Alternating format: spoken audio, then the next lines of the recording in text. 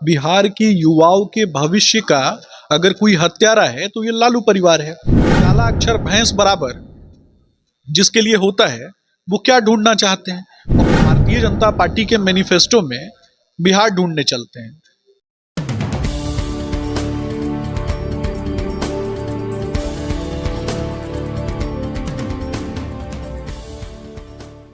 नमस्कार, मैं सोनम सिंह और अभी आप देख रहे हैं पटना दर्शन न्यूज। अभी हमारे साथ जुड़े सुमित शशांक, बीजेपी के प्रवक्ता। अभी जानते हैं जो मीसा भारती ने जो ये बौखलाहट वाली बयान दिए उस पे आप क्या कहिएगा, मीसा भारती के बयान? देखिए, न केवल मीसा भारती जी, लालू जी और तेजस्वी जी, ये पूरा का पूरा जो परिवार है ना, ये इस परिवार का बॉडी लैंग्वेज देखिए। ये हारे टूटे और थके हुए लोग हैं। ये कभी भी बिहार की आम जनता से आंख में आंख मिला करके कभी बात नहीं करते हैं। ये आंख चुरा करके बात करने वाले लोग हैं। इन्होंने बिहार की रीढ़ की हड्डी को तोड़ने का काम किया। इन्होंने बिहार को पलायन पर मजबूर करने का काम किया। बिहार की युवाओं के भविष्य का अगर कोई हत्यारा है तो ये लालू परिवार है। मैं स्पष्ट रूप से पूछना चाहता हूं बिहार की यशस्वी जनता से, क्या किसी की हत्या कर देना ही हत्या होती है क्या? इससे भी कहीं आगे बढ़ के व्यक्ति के भविष्य की हत्या कर देना भी हत्या होती है। तो लालू जी ने लगातार बिहार के अंतिम पायदान पे बैठे हुए व्यक्ति को, उसके सपनों को कहीं ना कहीं लूटने का काम किया और मध्यम तबके को पलायन करवा दिया, और अंधों में काना राजा जो कहावत है उसको चरितार्थ करने के लिए अपने सुपुत्र को गद्दी पे बैठाने का काम किया। इनके सुपुत्र ये भारतीय जनता पार्टी के मैनिफेस्टो में बिहार ढूंढने चलते हैं। ये एक तरीके से काला अक्षर भैंस बराबर जिसके लिए होता है वो क्या ढूंढना चाहते हैं, और जैसे ही भैंस की बात होती है उस भैंस को अपने पिताजी को ट्रांसफर कर देते हैं और इनके पिताजी उसी भैंस का चारा चोरी कर लेते हैं। यही तो है लालू जी का गुंडा राज। कह रहे हैं कि तेजस्वी जी युवा हैं तो कुछ अच्छा लेके आएंगे, मतलब बहुत सारे लोग का देखते भी है रैली में उसी प्रकार का बयान भी आता है। मीसा भारती ने सीधा सीधा कहा है कि जो जब प्रधानमंत्री जी लास्ट टाइम आए थे तो उन्होंने कहा था कि अगली बार जब चुनाव आएगा तो मैं ये यहाँ के चीनी मिल का चाय पीऊंगा। अब इस पे क्या कहिएगा? देखिए, मीसा भारती जी से सिर्फ इतना पूछना चाहिए कि कोरोना काल में जब पूरा देश कहीं ना कहीं आपदा में ग्रसित था, तो उस समय देश के जो बेटे हैं, गरीबों के जो बेटे हैं, वो किस प्रकार से प्रत्येक व्यक्ति के लिए न्याय की बात कर रहे थे, प्रत्येक व्यक्ति के स्वास्थ्य की रक्षा की बात कर रहे थे। कोरोना के वैक्सीन को बनवाने के लिए पूरा देश जो है किस प्रकार से एकजुटता के साथ लगा हुआ था। लेकिन लालू जी, तेजस्वी जी, मीसा जी, ये कौन से बिल में छुपे हुए थे, ये भी तो बताना पड़ेगा ना इन लोगों को। एक भी फोटो दिखा दीजिए, एक भी वीडियो दिखा दीजिए। अनाज तो दूर की बात, अनाज देने की बात तो दूर है, इन्होंने एक बिस्किट देने का काम भी नहीं किया किसी। अगर ये जीतते हैं, मान लीजिए ये दोनों जो परिवारवाद का सिलसिला चल रहा है, अगर ये जीतते हैं तो किस प्रकार का भविष्य की अनुकामना करते हैं कि कैसा होगा बिहार का भविष्य? देखिए, निश्चित रूप से भारतीय जनता पार्टी 40 की 40 सीट पे जीतेगी, लेकिन कल्पना करने की आवश्यकता नहीं है। आप 90 के दशक को देख लीजिए। आज अगर कोई भी माता बहन सड़क पे निकलती है तो वो मोदी की गारंटी रहती है कि उस माता बहन की रक्षा जो है ना वो एनडीए की सरकार करेगी। लेकिन कहीं ना कहीं 90 के दौर में आपने देखा होगा कि किस प्रकार से संगठित अपराध होते थे, माताओं बहनों के साथ किस प्रकार से दुराचार होता था। इस बात पे तो मैं आपको रोकना चाहूंगी। मणिपुर की कांड पे भी बीजेपी चुप्पी साधी रही। इवन हर जगह कुछ भी होता है तो प्रधानमंत्री जी जरूर देखने जाते हैं, परिवार से मिलने जाते हैं, बट मणिपुर के कांड पे वो ना मिलने गए, ना कोई बयान दिया, ना परिवार को सांत्वना दिया। इस प्रकार का क्यों हुआ? देखिए, मैं बताना चाहूंगा कि मणिपुर की जो घटना थी, इस पर आपने मुझसे प्रश्न किया है, तो इस पर बहुत ही अच्छे से देश के प्रत्येक नागरिक को समझना है। जनजातीय समुदायों के बीच में जो झड़प हुआ वहां पे, इससे भी कहीं बड़ी झड़प ना कांग्रेस के काल में हुआ था। और कांग्रेस के काल में कौन गया था देखने के लिए? मनमोहन सिंह ने एक दिन भी बयान नहीं दिया। कांग्रेस के काल में जो गृह मंत्री थे उन्होंने एक दिन भी बयान नहीं दिया, और ना ही वो गृह मंत्री वहां मणिपुर गए थे। वहां पे सिर्फ मणिपुर के मुद्दे पर उनके गृह राज्य मंत्री ने सदन के पटल पर एक दिन बयान दिया था। लेकिन भारतीय जनता पार्टी के गृह राज्य मंत्री और देश के गृह राज्य मंत्री वर्तमान में वो 22 दिन जाकर के कैंप करते हैं मणिपुर में। जनजातीय समुदायों के बीच में जो झड़प है उसको समाप्त करने के लिए देश के यशस्वी गृह मंत्री जी 15 दिन जाकर के वहां रहते हैं इस मुद्दे को सलटाने के लिए, समाप्त करने के लिए। लेकिन इसके अलावा ये कांग्रेस के चरित्र को भी मैं बताना चाहूंगा कि छत्तीसगढ़ में इनके युवा नेता हैं, वो अपनी ही पार्टी के महिला नेत्रियों के साथ अपराध करते हैं और उनके साथ बलात्कार करते हैं, और उसके बाद उनकी पार्टी के ही छत्तीसगढ़ में जो सीनियर नेता है वो अपनी ही पार्टी की महिला नेत्री के साथ जब उनका यौन शोषण करते हैं तो उसके बाद उसके पति को जान से मारने की धमकी देते हैं। कर्नाटक में इनके एक नेता हैं कांग्रेस के, वो किस प्रकार से बलात्कार की घटनाओं पर असंवेदनशील बयान देते हैं। इन्हीं के एक नेता हैं जो माताओं बहनों के खिलाफ राजस्थान में गलत बयानबाजी करते हैं। फिर से मैं रोकना चाहूंगी, आपने ये बात कहा तो नीतीश जी का बयान आपको 2-4 दिन पहले या एक सप्ताह पहले का याद होगा, वो किस प्रकार का बयान दिया उस पे, वो भी माताओं बहनों पे ही था, तो उस पे क्या कहें? देखिए, नीतीश जी ने कभी भी माताओं बहनों के खिलाफ कोई भी आपत्तिजनक टिप्पणी नहीं की है, इसको बहुत अच्छे से समझना है। नीतीश जी जंगल राज के खिलाफ जब लड़ाई चल रही थी ना, तो जंगल राज के खिलाफ लड़ाई में जब भारतीय जनता पार्टी जंगल राज के खिलाफ लड़ाई लड़ रही थी तो साथ में कौन खड़ा था? नीतीश कुमार जी खड़े थे। नीतीश कुमार जी 17 साल तक बिहार के मुख्यमंत्री रहे, अभी वर्तमान में भी मुख्यमंत्री हैं। वो जब कभी भी बातें करते हैं तो कहीं ना कहीं एक अभिभावक की झलक नजर आती है, वो एक अभिभावक की तरह बात करते हैं।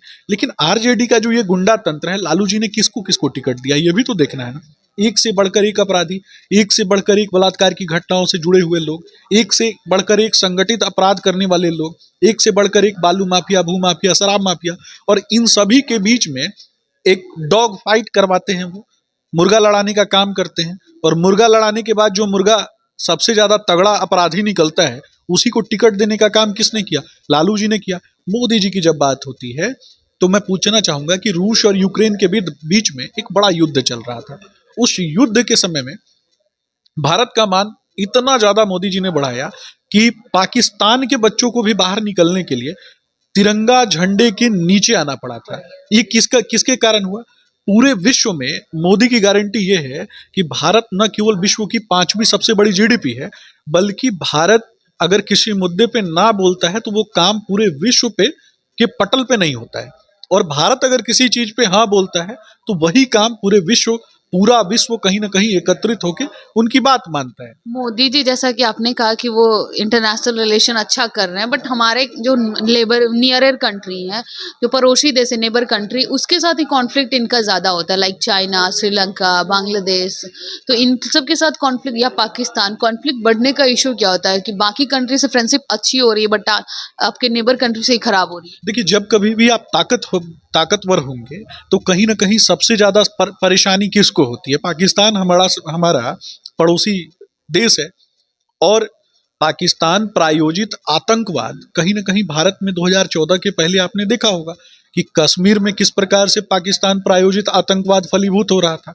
देश के प्रत्येक कोने में बॉम्ब ब्लास्ट होता था। कसाब जैसा आतंकी मुंबई, जो कि भारत की आर्थिक राजधानी है, वहां पे पकड़ा जाता है, और जब उसको प्राण दंड मिल जाता है तो सोनिया गांधी के आर्थिक सलाहकार राष्ट्रपति के पास आवेदन लिख करके देते हैं कि इस व्यक्ति को प्राण दंड से मुक्ति मिल जाए, ताकि वो नई कांधार की घटना को कहीं ना कहीं आमंत्रित करते हैं। किसके तुष्टीकरण के लिए काम करते हैं? पाकिस्तानी मुसलमानों के तुष्टीकरण के लिए काम करते हैं। ये देश 100 करोड़ से भी ज्यादा हिंदुओं का है, और 100 करोड़ से भी ज्यादा सनातन मान्यताओं में बसे हुए लोग जो हैं वो भारतवर्ष में रहते हैं। तो जब उनके सम्मान की बात हम करते हैं, उनके धार्मिक आस्था की बात करते हैं, उनके पूजा पद्धति की बात करते हैं, उनकी रक्षा की बात करते हैं, तो सबसे ज्यादा सांप किसके सीने पर लौटता है? ये कहीं ना कहीं कांग्रेस के सीने पर लौटता है। मैं आपके चैनल के माध्यम से एक प्रश्न पूछना चाहता हूं। पहले भारतीय जनता पार्टी ने जब आर्टिकल 370 हटाया, आर्टिकल 35A हटाया, तो सबके सीने किसने सबसे आगे बढ़ के विरोध किया? कांग्रेस ने किया। और आर्टिकल 370 हटने के पहले कोई भी कश्मीरी लड़की अगर पाकिस्तान के लड़के के साथ शादी करती है तो उस पाकिस्तान के लड़के को कश्मीर की नागरिकता मिल जाती थी। यहां तक कि कश्मीर में उसे जमीन खरीदने का अधिकार प्राप्त हो जाता था। लेकिन कोई भी कश्मीरी लड़की जब भारत में देश में किसी लड़के से विवाह करती थी तो उस लड़की को उसकी जो पैतृक संपत्ति है उससे बेदखल कर दिया जाता था। ये कौन सा न्याय था? तो ये किसकी कहीं ना कहीं चरण वंदना करने वाले लोग हैं? ये पाकिस्तान परस्त लोगों की चरण वंदना करने वाले लोग, उनको तो जवाब देना पड़ेगा। केरल में एक दल है मुस्लिम लीग, वो कहता है कि हिंदुओं को मार करके मस्जिदों के ऊपर और मंदिरों के ऊपर टांग देंगे, और राहुल गांधी उसी उसी पार्टी को सेकुलर बताते हैं। तो ये राहुल गांधी जी का कैसा दोहरा चरित्र है? आलू से सोना बनाने की जो इनकी तो तकनीक है। अभी राहुल गांधी जी ने मोदी जी के लिए काफी मीन्स क्या बोल सकते, डिसरिस्पेक्टफुल शब्दों का चयन किया, मोदी ऐसा करेगा वगैरह वगैरह। देखिए, राहुल गांधी जिसकी बात करते हैं, ये कहीं ना कहीं मानसिक संतुलन इनका समाप्त हो चुका है। कुछ दिन पहले इनकी पार्टी के तरफ से एक बयान आया कि राहुल गांधी जी कुछ कुछ समय के लिए बीमार हो गए थे। मैं बताना चाहूंगा कि राहुल गांधी जी के विषय में कि वो आज बीमार नहीं हुए थे, वो बहुत पहले से बीमार थे। इनको पता जो है वो देर से चला, या फिर ये चरण वंदना। इटली मूल के गोरे लोगों के तलवे चाटने में कांग्रेस इतनी व्यस्त हो गई है कि स्वदेशी मूल की जो हमारी माताएं बहनें उनका सम्मान ये भूल गए हैं। तो विपक्षी पार्टी बीजेपी पे ये भी आरोप लगाती है कि जैसे ही 1 से 2 चरण का चुनाव हुआ, 400 के पार का गाना बंद कर दिया बीजेपी ने। हम 400 पार का जो हमारा लक्ष्य है ये सेवा के लिए है ना, समाज के अंतिम पायदान पर बैठे हुए व्यक्ति के सपनों को जीवंत रखने के लिए है ना। 34 करोड़ लोगों को जब हमने उनके खातों में सीधा डीबीटी के माध्यम से पैसा देने का काम किया तो इससे नौकरियों का सृजन हुआ, इससे कहीं ना कहीं लोगों के खाते में पैसे गए। लाडली बहन योजना, लाडली लक्ष्मी योजना, लखपति बहन योजना। ये नौकरी वाली बात जो आपने कही है, नौकरी वाली बात का भी क्रेडिट तेजस्वी यादव लेते हैं कि हमारे कार्यकाल में हुआ है। मैं 17 महीने बस 17 साल का गुणगान गाते हैं। देखिए, भारतीय जनता पार्टी ने पूरे देश में, जब भारत 5वीं सबसे बड़ी जीडीपी बना और पीपीपी के दृष्टिकोण में तीसरी सबसे बड़ी जीडीपी बना, हमने 74 एयरपोर्ट बनाए। तो सीमेंट उद्योग फलीभूत नहीं हुआ क्या? हमने जब इतना बड़ा एयरपोर्ट 74 एयरपोर्ट बनाने का काम किया तो 74 एयरपोर्ट में इंजीनियर्स की आवश्यकता नहीं पड़ी क्या? तो विभिन्न सेक्टर्स में हमने इंजीनियरिंग उद्योग में और कहीं ना कहीं चिकित्सक जो हैं उसमें, तो प्रत्येक क्षेत्र में भारतीय जनता पार्टी ने गुणवत्तापूर्ण कार्य किया। तेजस्वी जी ने क्रेडिट चोरी करने का काम किया। लालू जी के अपग्रेडेड वर्जन है वो। लालू जी चारा चोर, लालू जी अलकतरा चोर। ये मैं नहीं कहता हूं, ये माननीय कोर्ट ने कहा है और माननीय कोर्ट ने उनको जेल भी भेजा है। और इसी लालू जी के कुकृत्यों का काला पोस्टर कौन है? वो तेजस्वी जी हैं। तो तेजस्वी जी उनके कुकृत्यों के पोस्टर बॉय हैं। तो ये हारे टूटे और थके हुए हैं। अब ये क्या करते हैं? क्रेडिट चोरी करने फिर से जो बीजेपी की सरकार आएगी अगले साल अगर आती है, तो क्या बीजेपी नौकरियां फिर से देगी जिस सिलसिलेवार से नौकरियां बिहार में आ रही थी? देखिए, निश्चित रूप से हमने दिया है, हम ही देंगे। और हम सत्ता जो है ये हमारे लिए सत्ता नहीं है, ये हमारे लिए सेवा है। ये धरती हमारी माँ है। हम माँ को भूमि नहीं मानते, जमीन का टुकड़ा नहीं मानते। इस माँ की कोख से जन्मा हुआ प्रत्येक व्यक्ति जो है ना, वो हमारा भाई है, वो हमारा परिवार है, और इस परिवार के लिए हम काम करते हैं। ये तेजस्वी जी एक ऐसे व्यक्ति हैं जो अपने आप को काफी बाहुबली समझते हैं, लेकिन मैं पूछना चाहता हूं, क्या इतना निकम्मा और नकारा है आरजेडी का मुखिया कि एक मंच के नीचे से एक दलित मां को गाली दी जा रही थी और वहीं खड़े होकर के वो मौन समर्थन कर रहे थे? चुप रहना भी मौन समर्थन करना होता है। तो इन्होंने मौन समर्थन करने का काम किया है, जवाब तो देना पड़ेगा इनको। तो आपने सुना किस प्रकार से इन्होंने सारी बातों को क्लियर किया कि जो कुकृतियों कह सकते हैं, लालू यादव की कुकृतियों का पोस्टर बॉय है तेजस्वी यादव। ये सिलसिला विपक्षी और पक्ष पार्टी का ये तो आम है कि लोग कहेंगे कि वो अच्छा तो मैं अच्छा, ये बहुत आम बात है। अब आप आम जनता की क्या राय हमारे साथ जरूर साझा करें। फिलहाल के लिए इतना ही, मिलते हैं अगली खबर में।